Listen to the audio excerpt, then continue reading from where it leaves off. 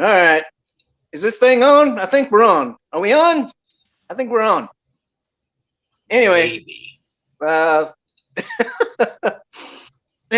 welcome, welcome one and all to the second episode of the Yelling at Park Cars warm up, where we we kind of do the same thing. We talk about current events and whatnot, but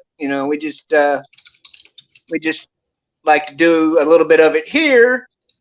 So when we go over to Comics Division's channel, we don't pull a hammy or something, because that shit sucks when you pull a hammy. Okay, so you should always warm up a little bit, and that's why we're what here. I'm pulling. Oh no. All right, now I said you can say anything you want on here, but come on. I thought we were talking about truck drivers. Sorry. What? I thought we were talking about long haul truck drivers. Oh yeah, okay.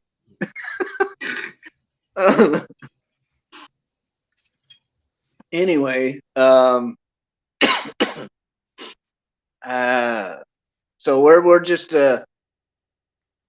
kind of gonna BS for a little bit here for a couple minutes, and hopefully some people will file in. Do we know who Comics is having on tonight? I haven't looked yet. Nick Weiser, I know, will be there. Corey's going to be there. Good, Sir Talks a Lot. Culture, I believe, is going to be there. Well, other than the usual suspects. I don't think he's got any guests. I haven't heard anything yet about that. But there's so much in the news to talk about. I know he's pulling out some great stories that have been out there that we've all been looking at. But I don't know if he's going into any of the Ukraine stuff or anything from there. But yeah, I think the usual suspects will get into. Hope maybe Drew will be there, and we'll interact and chat. We'll have a good time. And, every week. Every week. Yeah, there was a time he took a break. I remember about a year ago. A lot of stuff going on. We was looking at getting the ranch stuff from there, and he took time off, and he didn't know if he was getting a lot of penetration into the market out there. Channel wasn't growing, that kind of stuff, and he took some time off, and Drew and Nick Weiser held it on their channels, the Yelling at Park Cars and then Thursday Night Throwdown, for several weeks, going back and forth. And there was a lot of us that just stuck with it, right, and things from there. And now you look at Comics Division show is we're getting 200 250 people consistent now. The chat is very active. You've got a lot of people following what's going on, and a lot of interaction, super chats, things and stuff like that. But it just proves that if you work at this, it'll happen, right? Yeah. And something will happen. Something will pick up. You look at Viva Frey and Robert Barnes. They were doing that stuff on locals well before they blew up with this Canadian thing, the truckers and all that. You look at Gary. You had, for Gary, he was an expert at Lord of the Rings. He is too, but Game of Thrones and Doctor Who, and I think I heard he had a comic book shop. Who, Gary? Yeah. No, I don't think so. I think he spent a decade believing he owned a comic book shop, but I don't know. But he really just had a collection at a separate location. Yeah, that's all it was. Yeah. It was just comic books that were put up somewhere. Who's Gary? Yeah. Exactly. Yeah. But he'd been doing that for 7 years before it took off, And I think there's a lot of good people that are in the community pushing a lot of stuff. Shellsbeck has been working at this on and off for a while. I know that there's people like Bear is doing stuff in the evenings. Sporking's starting to take off a little bit. And it's just, you get in, and what was the old thing with the guy said, have a take and don't suck. Yeah. The sports guy. What Yeah, there was some what is his sports name? commentator saying about that. He was Jim a real- Rome. Jim Rome, yeah. Yep. And if you got on the show and you weren't participating, you were nervous, bam, he'd just throw you off, keep going. And I think it's kind of, you've got to put in the work and get on here and start talking about things. Like, we got to vamp for 10 to 15 minutes until the bots go away, and then we can start talking about real stuff. Yeah. Like, Well, I mean, a lot of the channels just need that catalyst. I mean, Gary, Mhm. Game of Thrones, somebody like, say, Salty Texas Sea, Wheel of Time, suddenly he's blowing up. I mean, you find that catalyst, something that you know about, and get it going, and you'll get the channel to go boom. was he on Doomcock's channel? Yeah. Doomcock was actually on his channel last week, and then he was on Oh, Doomcock wow. as a spotlighted presenter last night for about 15 minutes. Cool. Well, Talking about the saving the horror show, stuff. Yeah, that I actually subscribed to that before I had subscribed to Salty Texas Sea, because I didn't really know of his stuff until it was on the comics member stream. I Okay. think the first one he came on, but I love all those old time radio shows, the Shadow and the Phantom, and the humor stuff, Amos and Andy, and the Camel Theater, and all those kind of things from there. So once I found Real it on quick. there, and like, okay, they're trying to save it, I thought it was pretty cool. real quick, as my Stream Elements bot so generously pointed out, thanks for subscribing, Sir Talks a Lot. Yes, thank Hey, you. all I right. appreciate it. Corey, Corey's a cool dude. He cracks me up with his little short TikTok style things that he throws up. I was on with him today. Had his Talking with Talks a Lot. We had a really great conversation over lunch, and he's an interesting person, got a lot to contribute, and he's got a voice that is just amazing, and he can do so many different voices with it. And I really like the fact he's taking chances with his own talent, trying to stretch things, trying to put stuff out there, trying to be independent on his own. Talking to himself. Share the stream, people. Whoever's in the chat, share the stream, save the dream, please. So I can actually say somebody watches my channel, and appreciate it. Oh, we watch the channel. Yeah, the Dick's division is here usually. Mm-hmm. Yeah, that was a great one. The whole Dick's division and how it got started. Maybe someday we'll write a book about us. Nah, but anyway. Boring book. Yeah. At one time, they Now, started who out would read a small. book about a bunch of dicks? Exactly. Well, I mean, people buy books about the Clintons. So. Yep, and people buy candles that Gwyneth Paltrow makes. So you never know what people are into anymore. Yes. And books written by dudes named Cuomo. Yeah. Does he have a book out? Oh, he had a couple out, or at least one. On on all the how to live in the world these days or whatnot. With the I think in relation to the coof and all that stuff. And I was like, yeah. I'm gonna read a book. I'm gonna read a book by you about that shit. Mm-hmm. Leadership during the pandemic.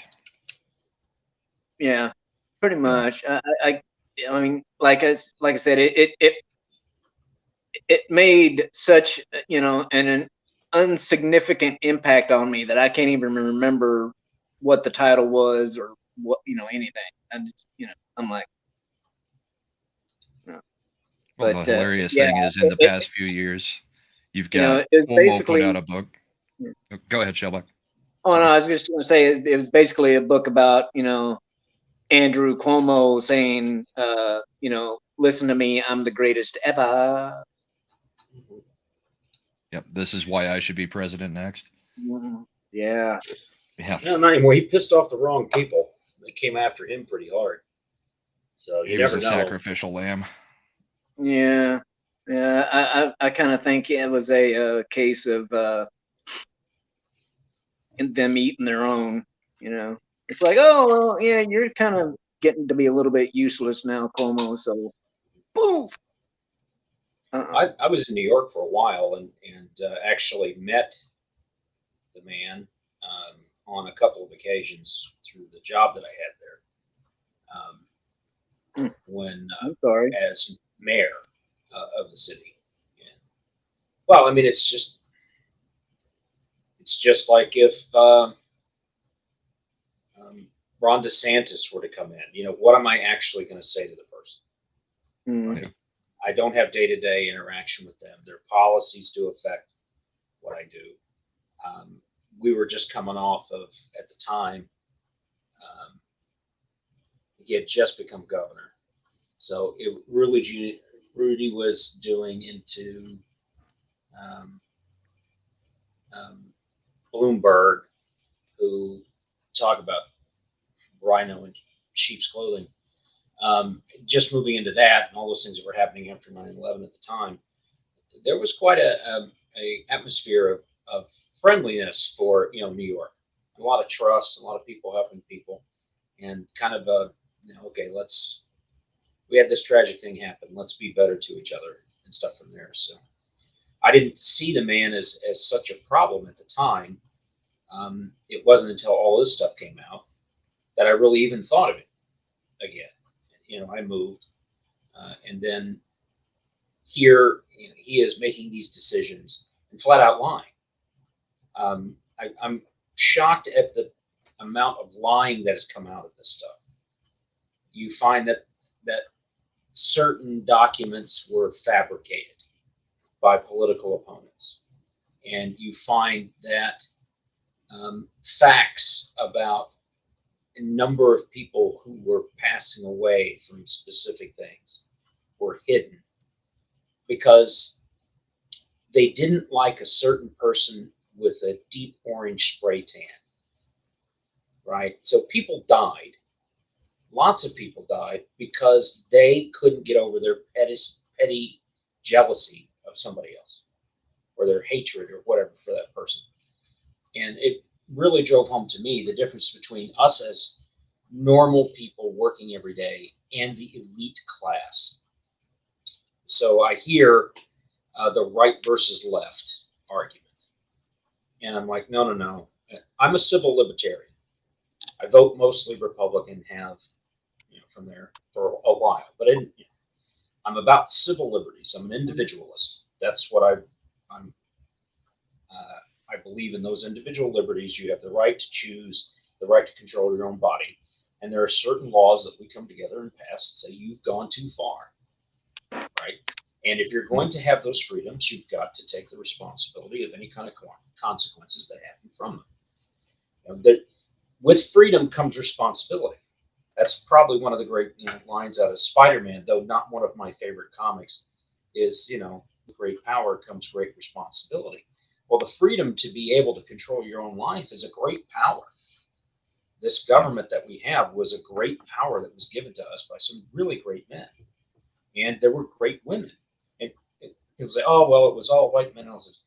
The original concept of individuality, the freedom of the individual, that everyone's created equal under God, came from Quaker women in the 1600s. So it was and from that came the suffragette push for that, and for the women the right to vote and own property and all those kind of things. And it started here in the U.S. There was also some groups in England at the time, and that germinated out to everywhere else. And you see some of the other countries around the world, in societies around the world that still have women pretty much in the dark ages. I've always viewed how we determine where a country is, if you want to say first world, second world, third world, whatever, based on how the opportunities they afford to the other social classes inside of their society. And I really don't think you can beat the system of government in the United States for being able to allow people equal opportunity to go out to do things. We've let a lot of that slide. When you let people run your school boards and I don't have time. I don't want to, I don't have time for that. This last mayoral election that I voted in with my wife, 6,000 people out of a city of 59,000.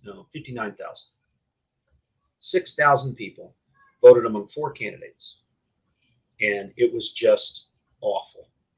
Oh, I see Floral. Yeah, it's it's exciting. Sorry, buddy. I hope you weren't waiting back there too long. Nope. I was in there for like 20 seconds, if that. So I don't know if Brahma, your talks happened to catch Floral's little video that he did about Ukraine. I did. It was. You should, or anybody else, anybody in the chat, anybody watching this later on. Floral made a good ass little video about Ukraine. That was one of the most insightful videos I've seen so far through all the scanning of stuff on this Ukraine situation. That video is awesome, Floral. You did an excellent job on it. Everybody should see that. I appreciate that. It was just, honestly, it's just my heart after having been there, right? So if you've been there, it's a totally different experience. You see the buildings. And that's the thing. Kiev, when you're there, or Kiev, however you want to say it. Kiev. If you're from Ukraine, you'll say Kiev. If you're from the West, you'll say Kiev. You see the bullet holes riddled all over the buildings, and like from World War II when the Germans were attacking, and when Stalin was invading, and all. It's just crazy when you see the whole history. It's quite a bit. It's quite a bit. So, having talked to the people that live there, and when you go to a hotel and there's an old woman that's taking all of your information because she's like ex-KGB, it's different. It's different because you're wondering, am I going to get this passport back? Right. Yeah. I think Tucker Carlson actually went there last summer, and he was showing a lot of the videos of like the actual Parliament buildings and everything there still are just riddled with bullet holes. They just leave them. They don't try to patch it up. It's just part of their history. And we're sitting over here toppling statues, and they're keeping their reminders of what's happened in their past. There's good or bad. So many reminders. Like all the CCP stuff, it's everywhere. You'll see all the communist symbols and all that. It's everywhere. So it's all of that stuff is very much in the forefront of all their minds. It's not just a memory. We treat Stalin like he's a memory. For them, it's current reality. It's so weird. It's in many ways you're going into a time machine and going back. I don't know. Probably the best way to compare it is you're watching Batman the animated series and you're thinking, "Wow, this looks like it's from the 1930s," but they're using all of this high tech stuff. Like it's just weird. Yeah, and they don't have 4G to cell phones. That's all like 3G. Well, actually, they may have a little bit better now. I heard Musk moved Starlink in a couple of nights ago, positioned all the satellites over there so that they would have a little bit more internet. So, but the interesting thing is too, they everywhere there's cell phone towers everywhere. So you will not go to a spot of Ukraine and not have cell service. Like you're obviously not getting on the internet, but you can make phone calls, text, do all that kind of stuff, and that's everywhere. So I could use that here sometimes. So what is how does a puppet make it over to Ukraine, and what does the puppet do? What took you to Ukraine? Orphans, hanging out with them. Oh, That's nice. well, Yeah, so do a day camp with them for a week and invest in their lives, tell them they're awesome, tell some funny stories, and learn what pook means. So, so you're Hmm. so are you kind of like the puppet version of Drunk 3PO? Kind of sounds like it a little bit there. no, he's a lot more humanitarian than I am. He's I've yeah, no, I mean I've done a lot of stuff for the community and all that, but it's honestly he builds houses and all that. I end up being more of like a fundraiser more than anything. So like right now, working on some people getting some money together into the hands of a guy that he works in Ukraine, and he has a lot of connections with government and orphanages and all that. And so we're going to be raising some money to put into his pocket to put it into the hands that matter, that know what to do with it. So his name is Ed Dixon. He's actually a Christian. He does a ministry is called Loads of Love, but it's not like he'll take like 6,000 orphans to McDonald's for Christmas. And I'm not lying about that. Like that's actually what he does. And so like it's those kinds of things that he does. Just trying to love them, give them hope, because obviously Ukraine, there's not a lot of hope. So it's pretty cool to see what he's doing. Raising like $500 to get a woman back surgery, because that's all it costs. When we were there working with one of the translators, his mom had like a something wrong with her spine, and here it'd be like a $10,000 surgery. They just needed $300 to get it done over there. And so No. all of us just on the team that were hanging out with the orphans, we just gave him $300, and he was in tears and crying, and his mom got help. It's so weird. Wow. So I got a question for all y'all. And I don't know whoever wants to answer first, but it's kind of my humble opinion that the reason that Vlad is doing what he's doing is because of who we have for leadership here in North America. And especially the old poo pants in the White House, But I mean, Trudeau doesn't help the situation either. But None of the Western leaders do. It's my humble opinion that if Orange Man was still in office, this shit wouldn't be kicking off. What do y'all think? I think that's absolutely true. I mean, part of what is causing this, and I actually did my very first video was kind of on this topic a few days ago. It's really NATO versus Putin. We've broken promises. He's broken promises. But a lot of this is since Biden came into office, the Biden administration has been pushing NATO to accept Ukraine into NATO, which is a good thing for Ukraine, but it's directly against the treaties that we had. So, I mean, I likened it on Supreme Heretic stream last week to the Cuban Missile Crisis. I mean, we kind of freaked out a bit when Russia started staging, missiles just off of our coast. Mm-hmm. Russia is going to freak out if we're trying to draft basically the buffer country between NATO and Russia into now being part of NATO. I honestly think that NATO is probably who antagonized the situation more so than Putin. Putin is now taken, and I'm not a Russia apologist or a Putin apologist. I think that what has been going on, though, kind of forced his hand in a way that he's a nationalist. I mean, he is fully Russian. He's not going to let that country, just fall into the wayside in history. I mean, he wants to build it back up to glory. And part of the issue here is we had treaties and rules, and NATO is the one who's kind of not living up to them.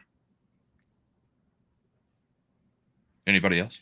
Well, one of the things about the Cuban Missile Crisis is NATO had let Turkey in, and there were a lot of U.S. nukes in Turkey at the time, and Russia felt like they had to retaliate and So Cuba was the closest thing that they could get to.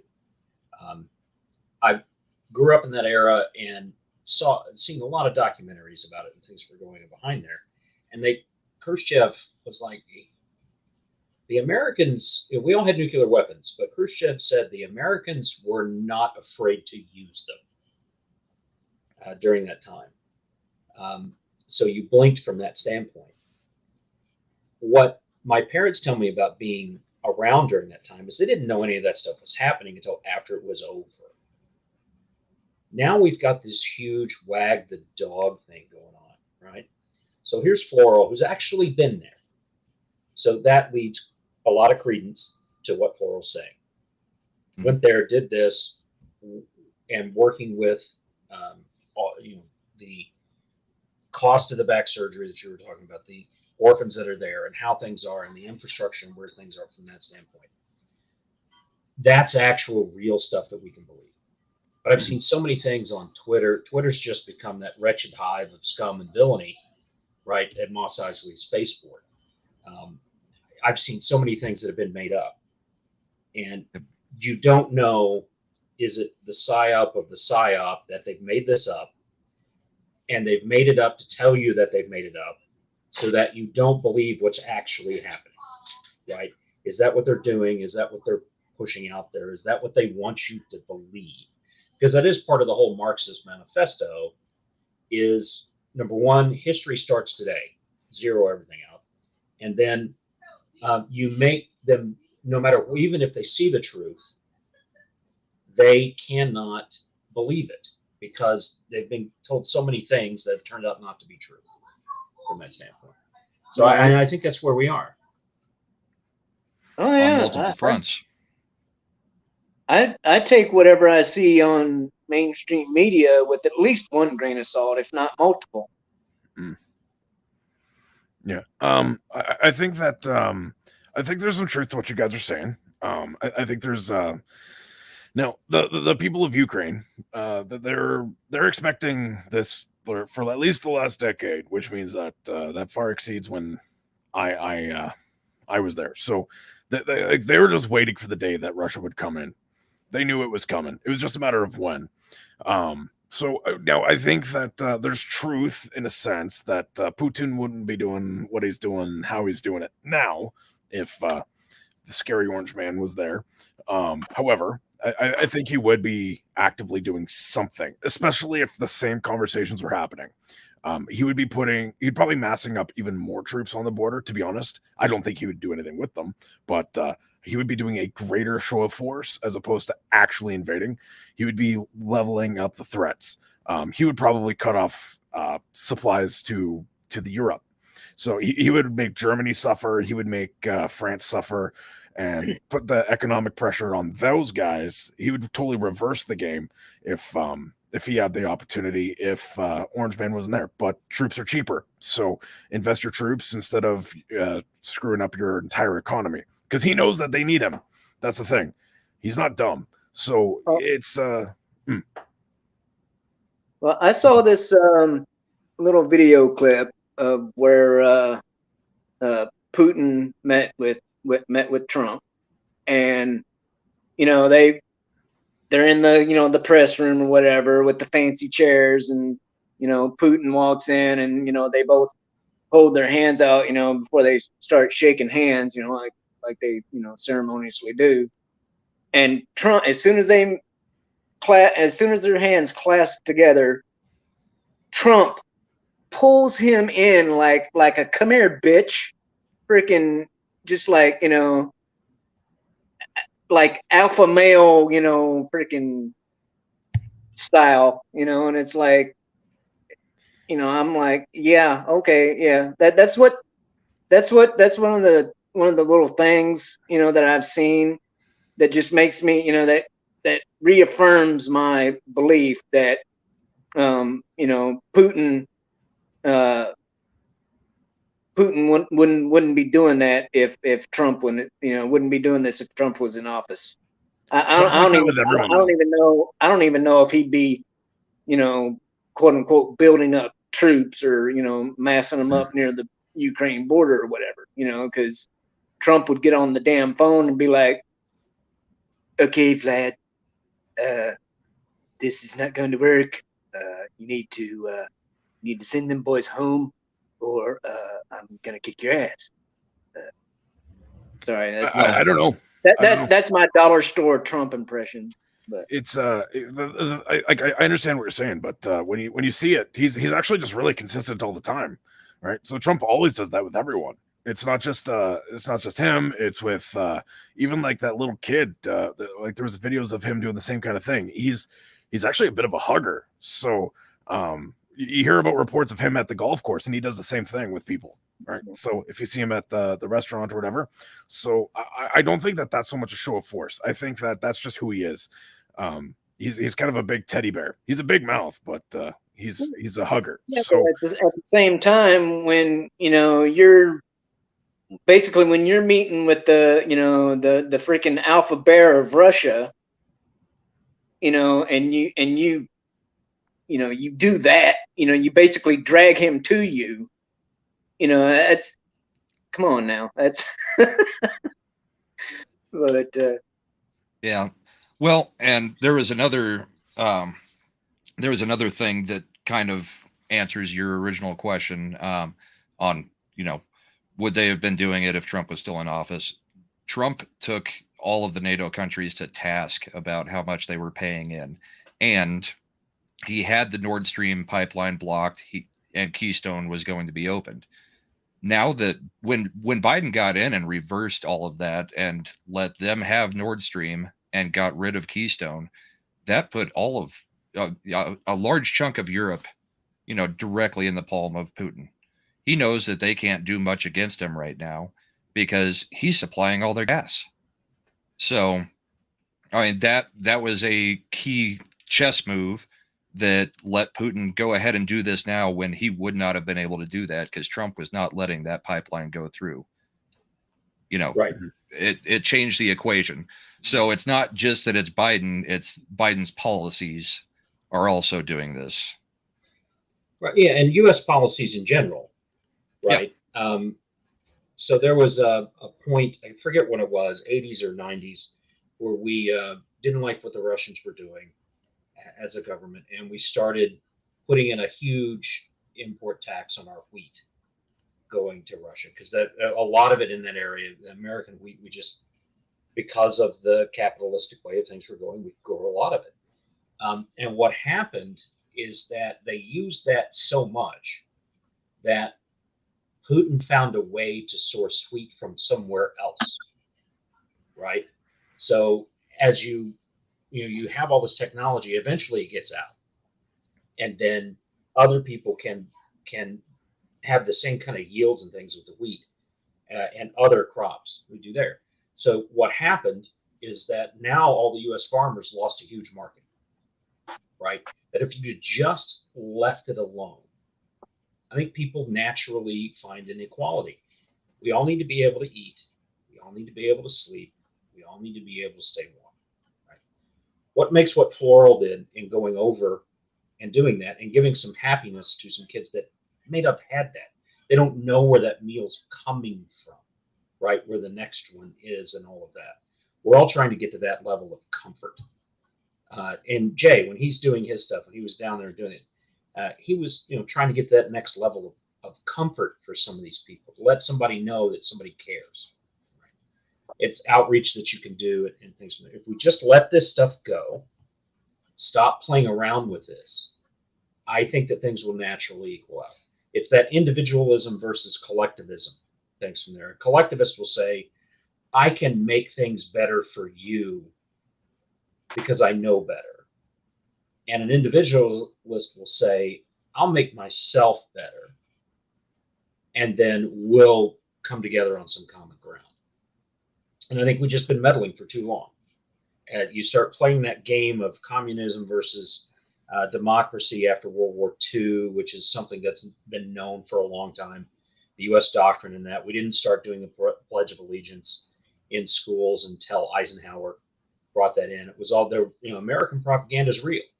Red, white, and blue, America the Beautiful, singing the national anthem, all kind of those things were all there for nationalistic pride. And being a nationalist is not a bad thing. I'm very proud of the country I come from. I'm a mix of American Indian and a mix of Welsh, English, and German. That's quite a combination, right? And it's the opportunity that we all have when we're here, right? Maybe not everything's going to be equal. Not everything's going to be fair. Life isn't fair. Because if life were fair, those kids that Floral went over and gave that show to and gave them a little happiness would have all the GI Joes that they ever want at Christmas, right? Would, you know, McDonald's would be an everyday thing if they wanted to go and get an ice cream or something like that, right? That's if the world were fair. It's not. We're very fortunate where we live here in the United States. And I think it's time we started acting like it, as opposed to privileged little elitist assholes.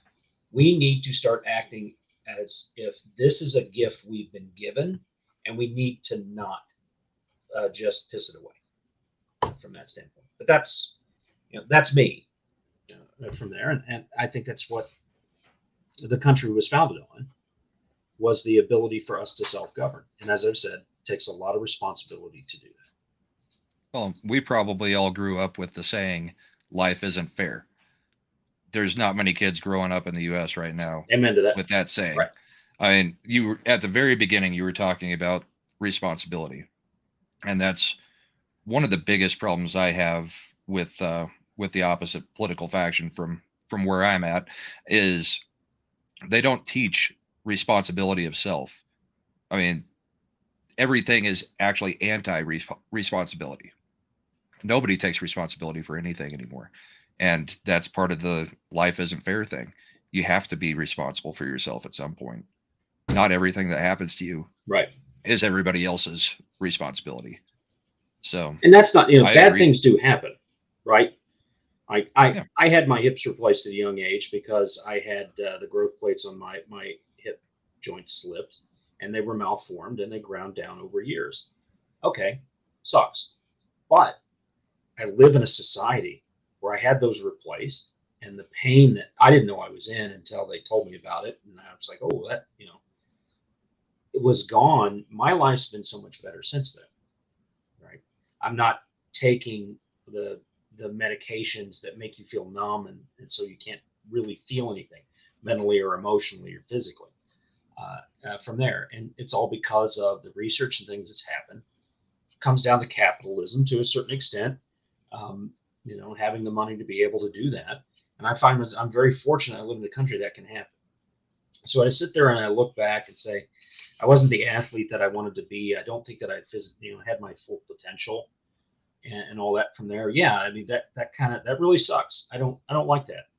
But you know what? My mother, who had one Christmas present her entire life, when she and Dad got together and they made our house, they sacrificed whatever they were doing to make sure that we had a good Christmas. It was one of the most important things that we had. And it wasn't the presents, the gifts, it was the family part. Because sometimes we didn't celebrate on Christmas because my dad worked, right? Yeah. And we went from there. So I'm fortunate that I had family that did that. I'm fortunate that I had parents who gave me the best opportunity. Did I take advantage of it? Sometimes yes, sometimes no. But that's on me, right? That's not on anybody else on this panel. I've got to look in the mirror and say, it's me. And when I'm working with people now in the industry that I'm in, they can't take being told that something isn't up to snuff. And I've been in meetings where they physically just didn't hear the criticism. They're so weak, and it just hasn't been around there. And, you know, I hope that we can get back to that. I think it's going to be generational. I see people like Brahma getting into this, and you've said it many times. Why are you into this? You see what this crap is doing to your kids. You're going to put a stop, right? This is what my kids watch. They don't watch TV. They don't watch the news on TV. They don't read the news. They get their entertainment and their news, you know, from YouTube. So, I mean, if that's where the kids are going to be, I guess old men like us have to come in and, you know, provide our voices too. Just offset. But you're doing something about it, right? Floral, doing something about it, right? It's one thing to sit there and stay back. Oh, okay. Well, we should do this. We should do this. And, well, what have you done? Well, I haven't done anything. Then shut the hell up. Yep. Right. right? Yeah, No, like and Laurel there's said in the video, we need a hero. Well, I mean, little devil's advocate or whatever that with that is, like some of us don't have the physical means to do something about it, and about all we can do is just let our voice be heard.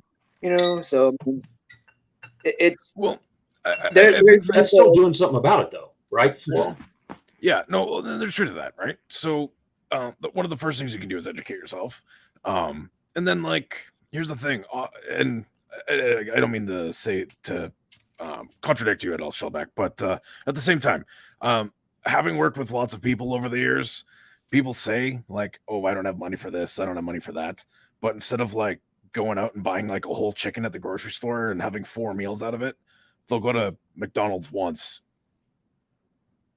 Mhm. Right. So like it's honestly like the whole like I don't have money. It's those arguments. Now, obviously, there are occasions where it's true. I don't want to say that there isn't. But to say that I don't have money, oftentimes it's just I need to budget.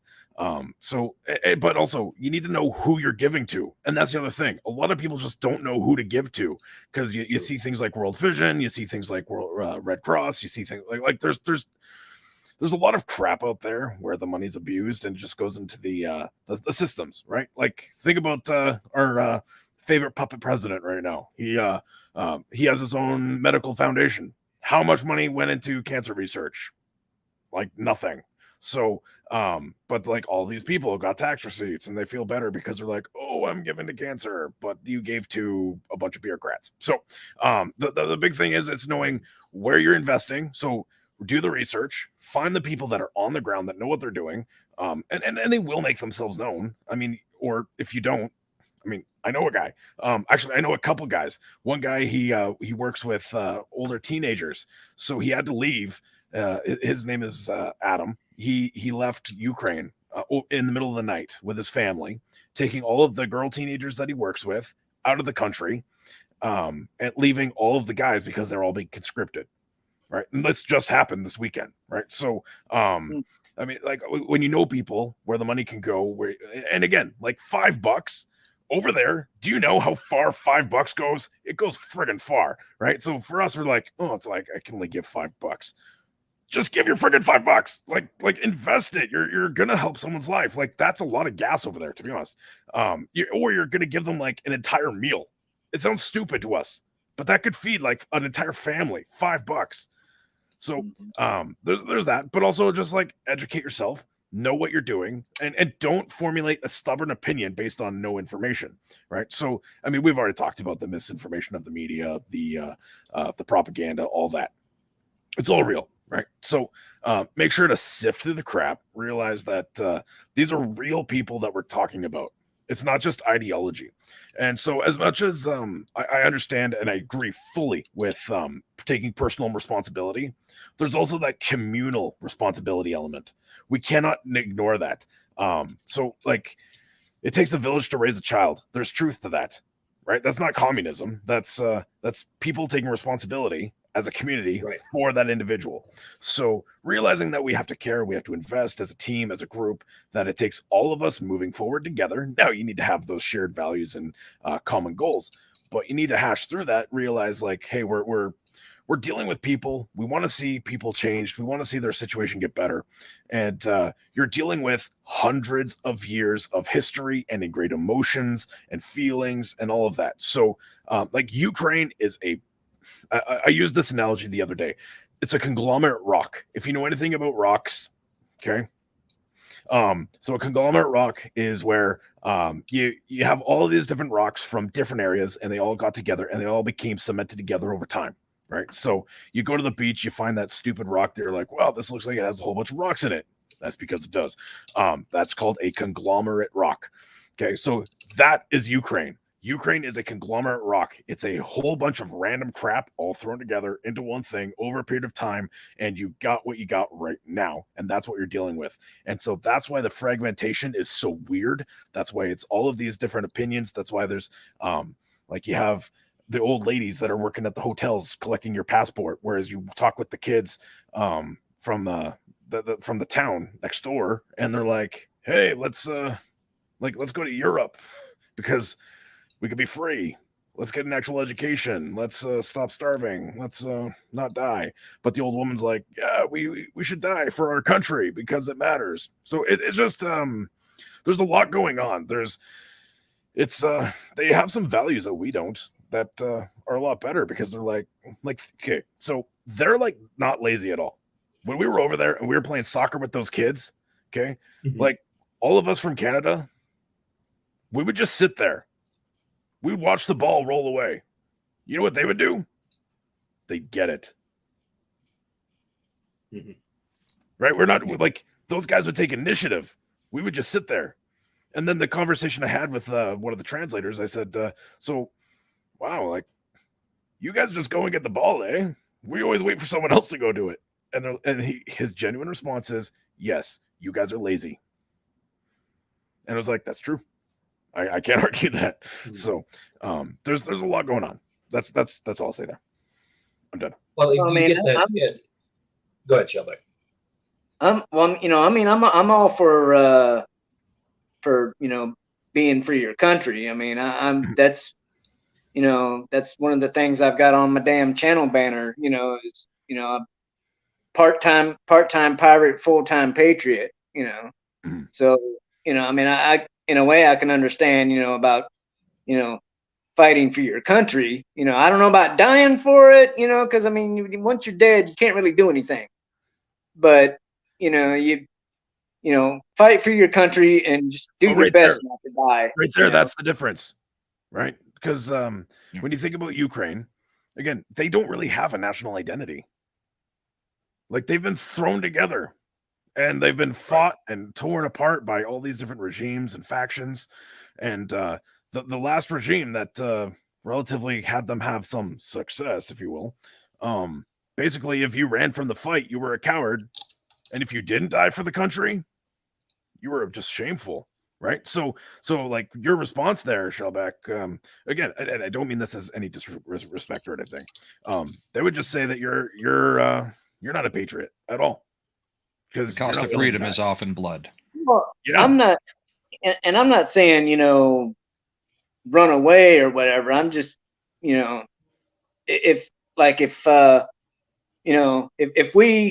if we got invaded, right? If Red Dawn actually came to life, right? I mean, I've been ready for that shit ever since I saw that movie, and and I'd be one of the Wolverines, Mhm. but You I at the same time though, I wouldn't have been like Patrick Swayze at the end of the movie and let the guy know that I'm coming and get killed for it. I would fight. I would fight for sure, but I would also do my damnedest not to die, because I want to live to see the fruits of my labor, Not But always possible, though. yeah, And one of the only Right. stories that I've been able to tell that's been going around social media that might have a hint of truth to it, unlike, say, the ghost of Kiev and the ones that have already been debunked. The one that I've seen that may have some truth to it is about the guy who blew up the bridge, but the only way to do it was to blow himself up with it. I mean, that was doing something, and yes, it did cost his life, but in the end, he knew he was, setting the invaders back, quite a few steps and providing other people time. So I think Right. that's the heroism that Floral was talking about in his video. And I mean, no, you don't have to throw your life away for nothing. But I think what Floral was trying to say about the Ukrainians is, I mean, they're at the point, we're at a comfortable point in this country for the most part. I mean, Right. the first world problem thing, we're far more busy with pronouns than we are worrying about having to fight to actually save our democracy. The Ukrainians aren't there. I mean, they've been exploited for decades. right Well, now, no, I'm what they have to Yeah. worry about is keeping their country and keeping their, keeping themselves intact. So right. I No, don't know I what the mean, if I answer had is to, either, though. sorry, Well, I think that didn't mean to interrupt. part of what Flora was saying there, it good, bad times make for, Mhm. good people. Good people Yep. bring good times. Good times make for weak people. Weak people bring bad times. That's been going throughout history, right? Yep. And I think it's real important what Floral talked about is that Ukraine is just this hodgepodge of people brought together. And the United States, when it was formed, was the same thing. The people in Georgia and South Carolina and North Carolina and Vermont and Massachusetts were all different, right? And they had different economies and different way of doing things. How did their government come together to form a conglomerate of different people? The difference between what I've seen in Europe over the years and the United States is that the form of government allows us to move freely around the country to be with like-minded people, right? That freedom of choice, freedom of option, right? That you can go out and do that. So if I were to want to go move to Florida where everybody votes a certain way, fine. But I have to live with the consequences of my action if I go down there. You look at what's in Ukraine; it's all pressed together. All these people of different areas, like Bosnia and Herzegovina, were put together. Yugoslavia worked because there was this dictator that kept everybody in check, and then once that dictator was gone, that country exploded. And so you've got so many different types of people within these borders, and they have different histories. And what we're being told is not true. And that's why I appreciate people like Flora who've been there, know what's around there. You go and say, that person's been there. I can then say, okay, I've seen it. It's like Andy Noga up in Seattle, right? I can trust Andy Noga on the ground there. He shows that I've seen. And there's so much stuff that's staged now. And throughout this entire, whatever the last 2.5 years and stuff have been. And Putin may have valid reasons for going in. Maybe. I don't know. I don't know that region. I don't know those people. I don't know what, maybe there are people there that would much rather be a part of Russia than they would be a part of whatever Ukraine is. I don't know. Maybe they're going in there to burn all the stuff that points our current president to having laundered lots of money through that area, right? I mean, we have proof, plenty of many of our leaders being bought and paid for by China. They got to filter that money somehow. So, it's just, we are very comfortable here. Even our poor are comfortable compared to others. Let Go me ahead, ask you, what would you assume would be, based on everything you've heard, what do you think Putin's motivations are?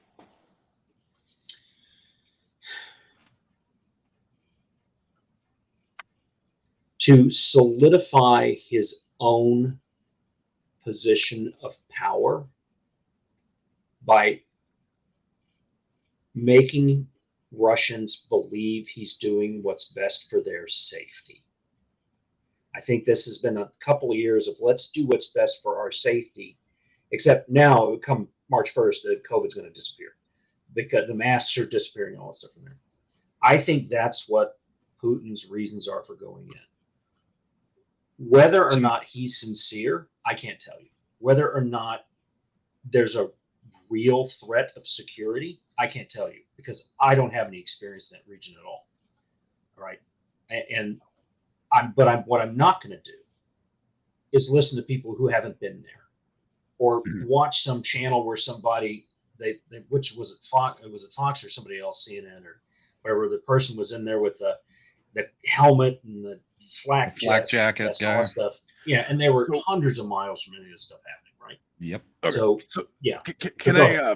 I'll frame it this way, okay? Because we all talk about woke culture. We talk about all the media that we consume, and we're like, "What the heck is happening to our country?" Right? We look at, or like whether it's Canada or the United States, it doesn't really matter because the same crap is happening everywhere, right? You see the CRT, you see the woke crap, all of that LGBTQ, and Right. We see it and we think like this, like our country's going to crap. We're losing our identity. We're giving up to all of these really radical ideals, right? And it's wrong, and it's morally broken. And when we look at Putin, we have to like again. I'm not defending the guy. I think that I think to an extent you're right. This is about his legacy. I think it's about him to an extent, but at the same time, I think he has a lot more national pride than that. Because when you look at how much he was probably brainwashed back in the day, and Right. there's no way that he wasn't. He's operating from that position of he's looking at Ukraine, this place that had major national identity, right? Where again, grandmothers are wishing they could join Russia again. You got their kids that all they've grown up hearing is how great Russia was, and now Ukraine's just this fallen apart, broken place. Like, look at what our country has become. And so now you have Putin, who's like, guys, we can bring this back. Let's make Russia great again. Right. Mhm. And so you have all these people Yeah. who know what could have been, it has been, right? And again, it's a totally different culture. It's a totally different set of values. So when we look at what Putin's offering, and he's offering them hope, he's offering them an actual national identity, right? Coming back together, unifying under one banner, and saying like, we could be great, we could be powerful. Like, let's reclaim that position on the world stage, right? Like, honestly, when you look at Mhm. Putin's message, it's not much different from the Orange Man, right? Yeah, I was about to say it sounds really familiar. Well, it's a nationalism. I mean, Exactly. And Trump that's the was an thing. American nationalist. Putin's a Russian nationalist. So So there's- nationalism is about pride. Yeah. Right. I think that was what Flora said. Pride. Yeah, exactly. patriotism. Yeah, but it's a different kind of nationalism. Well, yeah, no, like the what the goal is different, right? And that's a cultural difference, right? So, and you'll see that everywhere, right? Well, you'll go to Japan, right? Like what they're going to value as honorable is going to be very different than us. So, there's going to be that thing that just doesn't translate, and we'll never understand. And right? you talk So- about wokeness, right? You talk about, you mentioned, the whole woke thing and Mhm. SJW type crap that we've been dealing with and combating, in the pop culture sphere. The same people that are trying to take our guns away from us are cheering on guns being handed out to every Ukrainian that wants one. That's kind of funny. That's I mean, talk about a clown world freaking scenario. Like I don't know how to hypocritical. explain it. It's yeah, but and I agree with you, right? I'm not saying that you're wrong, but I'm trying to figure out the way to describe the disconnect because I've been thinking about it too. But at the same way, I just can't figure out how to word it. I can rationalize it in my head, but I can't get it out there. I mean, rationalize it in the sense of trying to think from their perspective. And I think part of it is Ukraine's been going politically to the left for a long time, right? So, Okay. because there's a difference between being a leftist in terms of your morality and a leftist between your politics, right? And economics. Like it's all separate, right? And that's why when we say that people are messed up, that's why. There's and so when we see the left and they're cheering on Ukraine's been embracing a lot of the LGBTQ stuff, right? And when you see the Antifa rise up and take on cities and towns, and the left doesn't condemn it, right? So I mean, if they had guns, they'd probably be like, "Yeah, shoot them all." But I think what you're getting at is the left is fine with revolutionary tactics. They're not okay with, having guns because, there might be a revolution. so They're okay with the revolutionists having the guns. They're not okay with people who might not want the revolution having the guns. And it's going kind of back to that conversation about working like self-responsibility versus communal responsibility, right? So it all kind of ties together, and like I hate having to think like a freaking leftist. Yeah. But when you understand where they're coming from, or at least try to, it might change the nuance in the conversation and the words we use. Again, we need to call crap crap. We need to call evil evil. We need to call things that are pursuing the wrong thing, right? Like I don't think that uh, to an extent, like the whole ideal of life, liberty, and the pursuit of happiness. Like I don't think that that should be the goal, right? I think that that could be a byproduct. I don't think that's the goal. Does that make sense?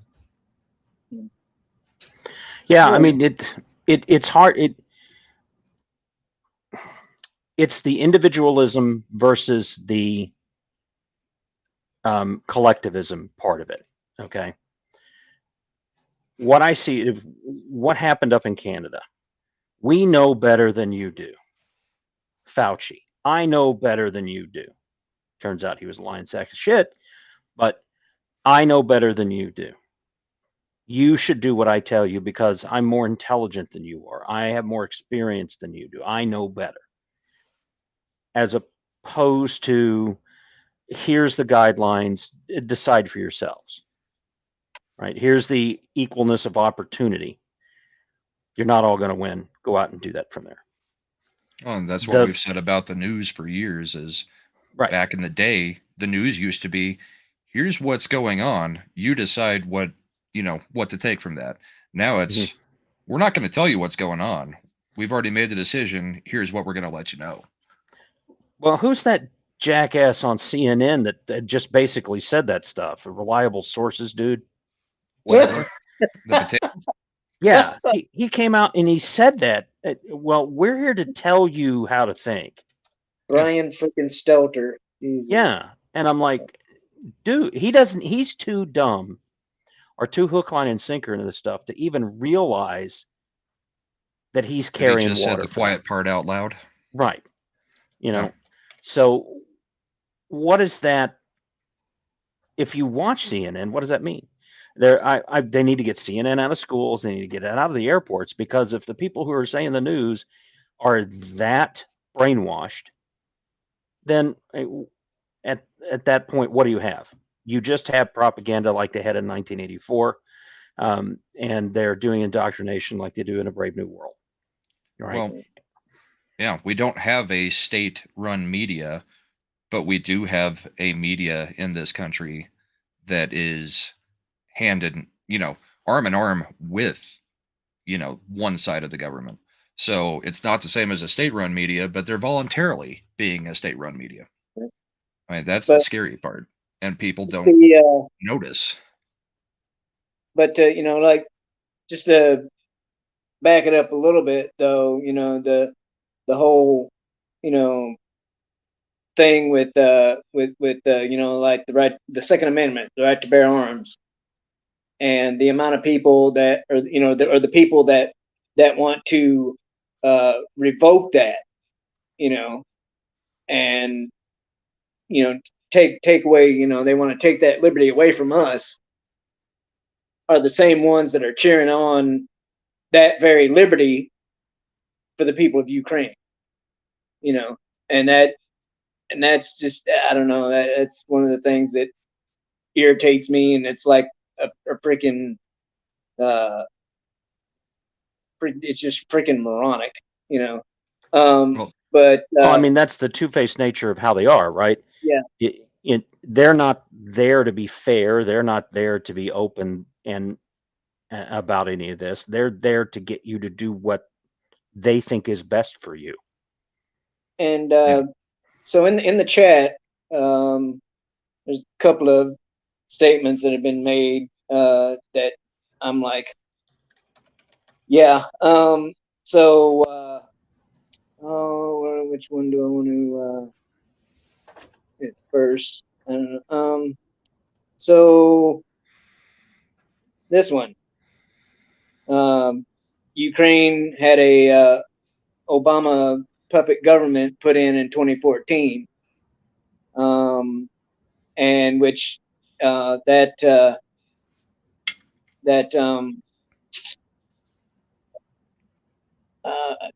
gummit. So, I'm trying to unhighlight that, but there we go. So that's like one of the things I've heard about.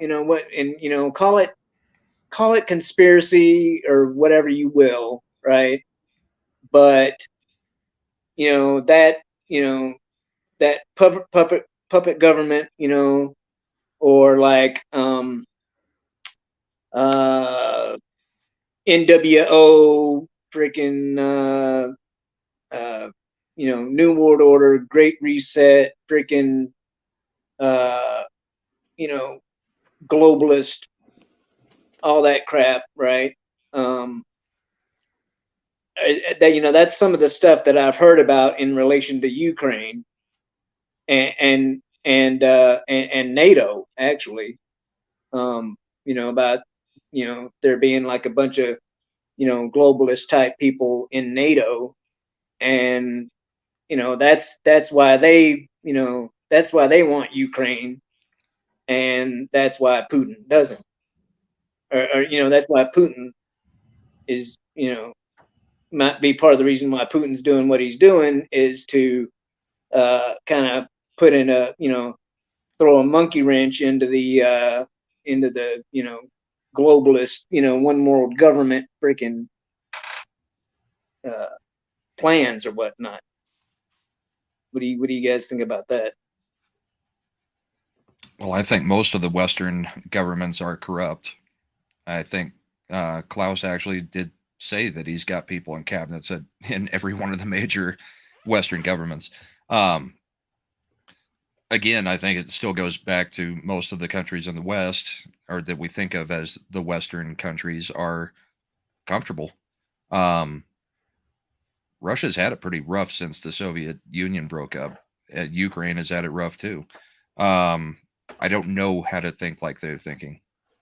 So I can't really give a good answer to that, other than I don't trust the Western governments any more than I trust the former Soviet governments. I mean, that they're all a little bit messed up. Well, it is all about power, right? And in the end, is Putin trying to fight the New World Order, the WEF, and all those things, World Financial, whatever those guys are? Maybe. Would, in a perfect world, would I like to think that there's some kind of hero out there that's fighting against this, that's going to get this stuff done and help us get to that? Yeah, I would like to see that. But throughout history, there's not been like one savior to come through here. So we have our superheroes. Captain America is going to come in and save us. Superman's going to come in here and save us. It's never happened, right? It's always a bunch of people to get together. Yes, we had George Washington. How many thousands of people that have no name are buried out throughout the northeastern part of the United States that actually died for our freedoms that we have today? Right? Mm-hmm. They are represented by great people who have put together this country, right? Mm-hmm. But they actually said, I've had enough of this. I'm going to freeze my butt off at Valley Forge twice and then go out and die fighting the British, because I am me. I'm going to be free on my feet and not be subservient on my knees, right? And how many people died in World War I, World War II? The U.S., Russia fought to be autonomous. Millions died. Women fought. The people fought. They fought like crazy in the middle of those streets in Stalingrad and all that, for themselves, for their nationalist pride, for themselves to be able to live the way they wanted to live. Governments come in and screw with that. The U.S. government's way too big. All these people need to be gone. The state I live in has a government that's 3 times bigger than the state of Florida and has 10 times less people. Not 10 times. Has twice as a few people. So the biggest employer is the government. Well, are they going to pass any laws or do anything that's going to help the people or help the government? Right? And that's why I'm going to stand up there right next to a civil libertarian, a liberal, classic liberal, because we all have the same ideals.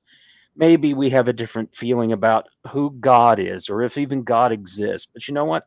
Those are philosophical, existential discussions that we can have at any time, but they are not the basics of I want to be able to live safely.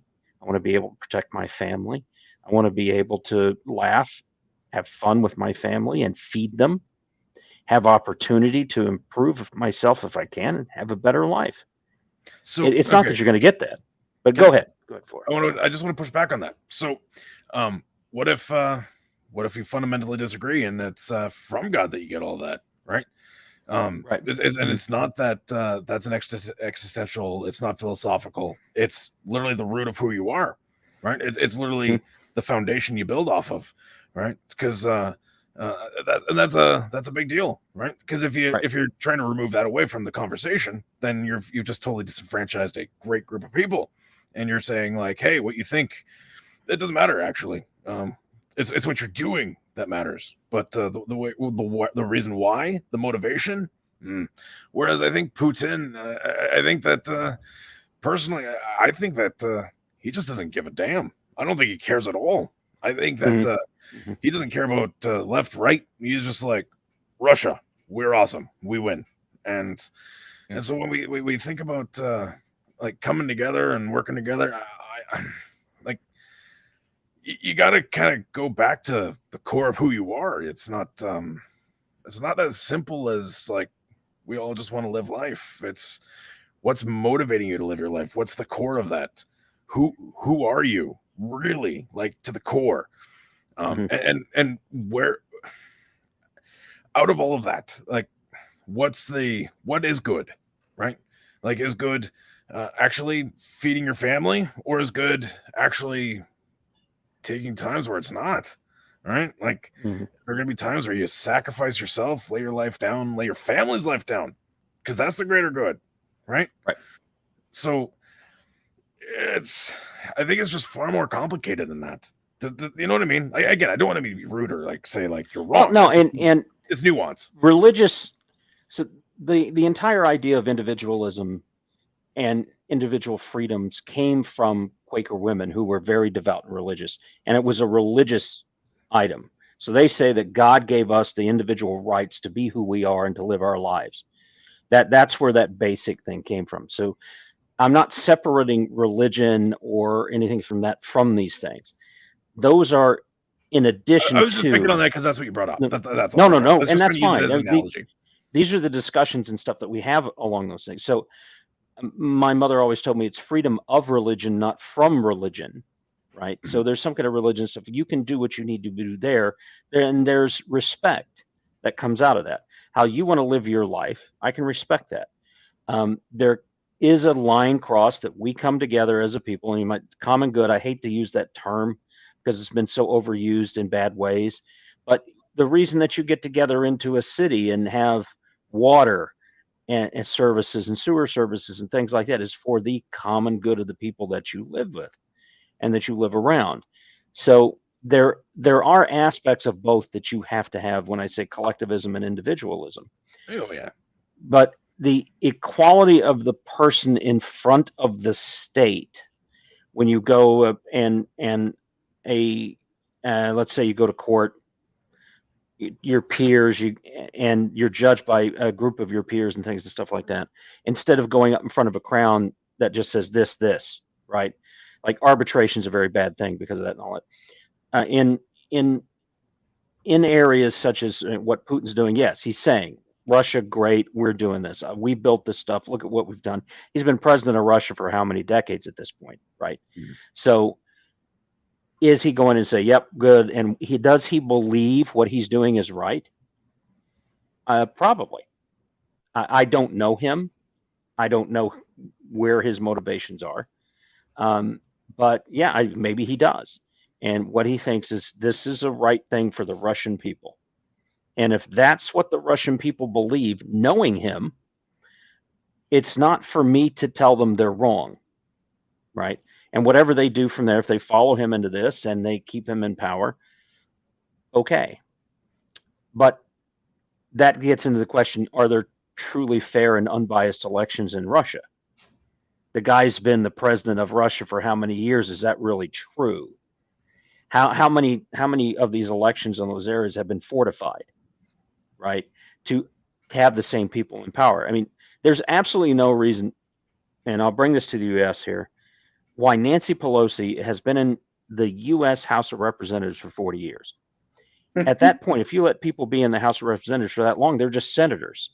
And then there's nobody following the will of the people. You can't tell me that she's following the will of the people of San Francisco. No, she's following the will of the people that are paying her, right? So even the U.S. system of government, which I think is the greatest that's ever been devised, has been compromised by corruption and money and greed, right? Yep. And that's why there's the Second Amendment here in the United States, to be able to do what you need to do to get that kind of corruption out. And I don't think that there's too many places across the world that have that. So the Ukrainian people, the ones who are taking it on the chin, I don't know them, I don't know that part of the world.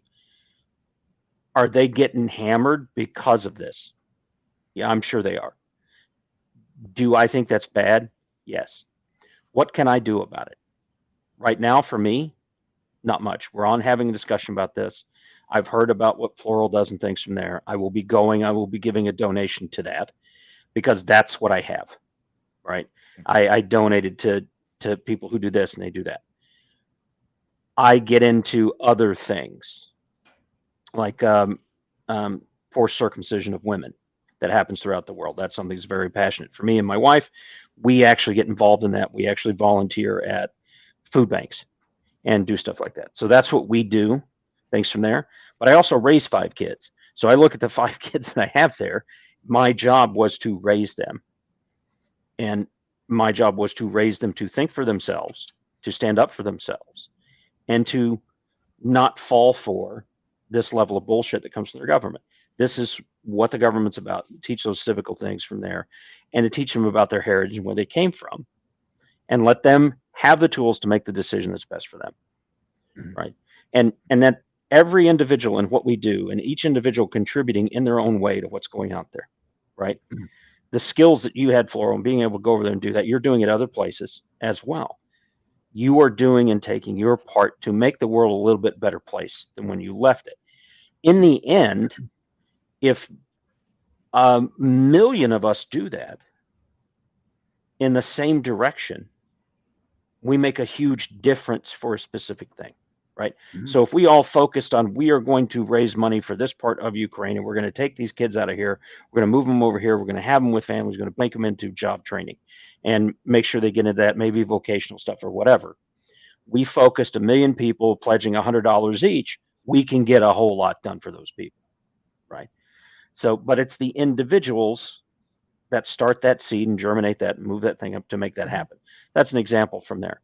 Yep. But yeah, so you can't just be free loading libertarian in my mind to just let all those things happen, right? And just let be what is the anarchist part of it. You can't do that. There has to be a balance of both.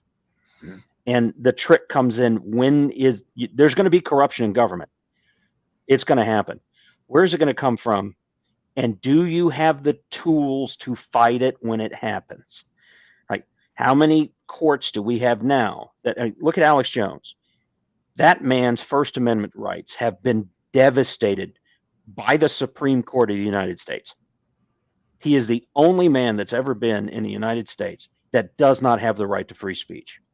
And he lost cases he should not have lost.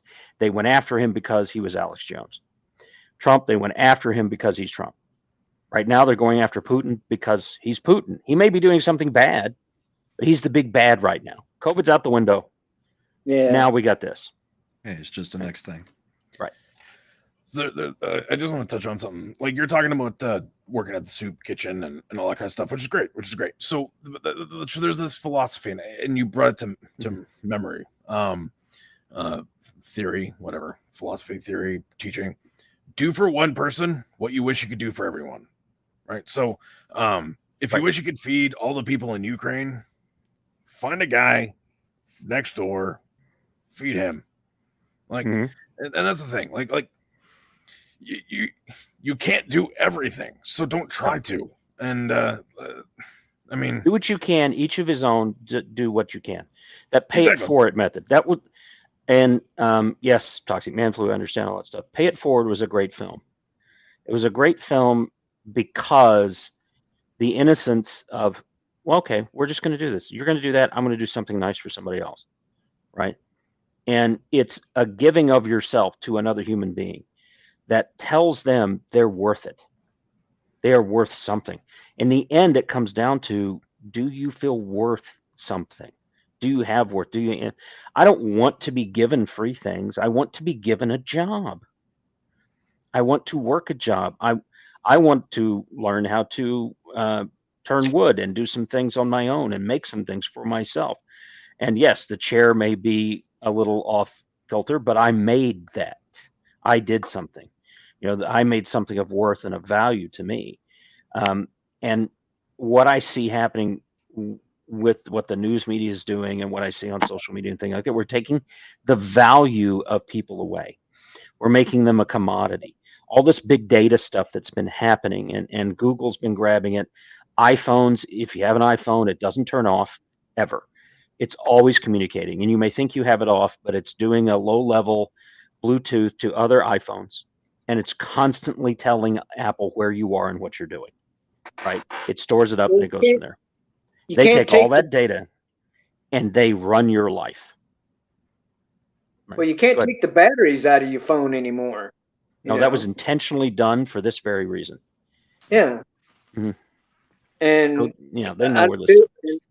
I'd love to keep the conversation going, but I want everybody to be able to go on over to Comics' channel. Because he's going to be starting here in a few minutes. I believe, 7:00 Pacific time. I got a hop. Does anybody have anything to plug before we go? I got to get over there and get some stuff ready for that channel. Floral, it was wonderful talking to you, and Brahma, it was good to be on stream with you again. These kind of conversations we have to have. The chat's been great. And Shellback, thank you very much. I'm going to dump. I've got to get over to the comic side and do a couple of things over there. But thank you very much. Really appreciate it. Yep. Yes, sir. Hi, man, Flo. Yeah, no, I appreciate this too. The invite to talk about this. I mean, it's not the stuff that I normally get to talk about. Normally, it's trying to work with Wilton and screwing with people. So it's nice to be able to talk about this kind of stuff. I mean, just because I know that not everyone is on the same page and wavelength in terms of those core beliefs as me, I do want to honor the conversation and the various opinions. No, I think that these conversations, they matter, because it's good to learn how everyone's thinking process differently. You learn a lot through fighting and disagreement, which, I mean, I don't think there's any real fighting. There might have been slight disagreement, but I think fundamentally we're all on the same page. I think this is great. I think that you did a great job there hosting, Shellback. I'm so used to just looking up. Yeah. Because you're right above me, but now it's. Well, I try. I still kind of suck at it, in my opinion, but I appreciate it. I don't know. You let me beak off a bunch, so. No, what about you? I wouldn't shut up, but yeah, I'm a talker. No, Shellback, it was great. Thanks for having me on, and Floral, good to see you again. It's it's like once a week we see each other now on something, right? So it's true. Yeah, I just officially started the channel, I guess. Named it Brahma's Bullpen. I'm going to put out a few videos, but really I want to do stuff like this where it's live streaming, because I enjoy talking to people a lot more than I enjoy talking to a camera, but you got to play the game, right? So, Right. So Brahma's Bullpen is my new channel with an apostrophe S on the Brahmas. So, check it out. I don't have much on there yet, but probably starting this week or next, I'll be doing the panel thing, and I'm sure you'll see me on some other panels too. But this was fun, and glad we can lead into comics. Yeah, apologies for not having links for you guys, but oh, no like worries. I said, that's part of my my suckiness of being a host. A lot of guys add those later, dude. That's what I do. I add them later if I didn't get but them. so I mean, Brahman just gave his out. So what is yours? What is your channel called, Floral? That Floral Under a Rock? Floral from Under a Rock. So Yeah. the CC is just to represent Cotton Connection, because Right. I Yeah. put that in there today because when I was saying happy birthday to the Mexican Iron Man. So Yeah, I'm Cotton Connection affiliated. Yep. So yeah, so that's just why I got that in there, though. It's from today, because Snowed Up was being a lazy jackass working, so he couldn't say happy birthday on Midnight's Edge. So I said to Tom, "Hey, can I say happy birthday and represent the fluff?" So you let me. So I put CC to represent, Nice. because Anyway. Well, thanks again for everybody for tuning in, and thank you a bunch to my panelists, and they're definitely free to come on. Yeah, take your bows. Yeah, they're definitely free to come on anytime they like, and hopefully we can have hopefully we can build our viewership on this channel. But anyway, thanks everyone, and we'll see you over at Comics channel. Yep. Let's go check Later. out comics. There. Night. Bye, everyone.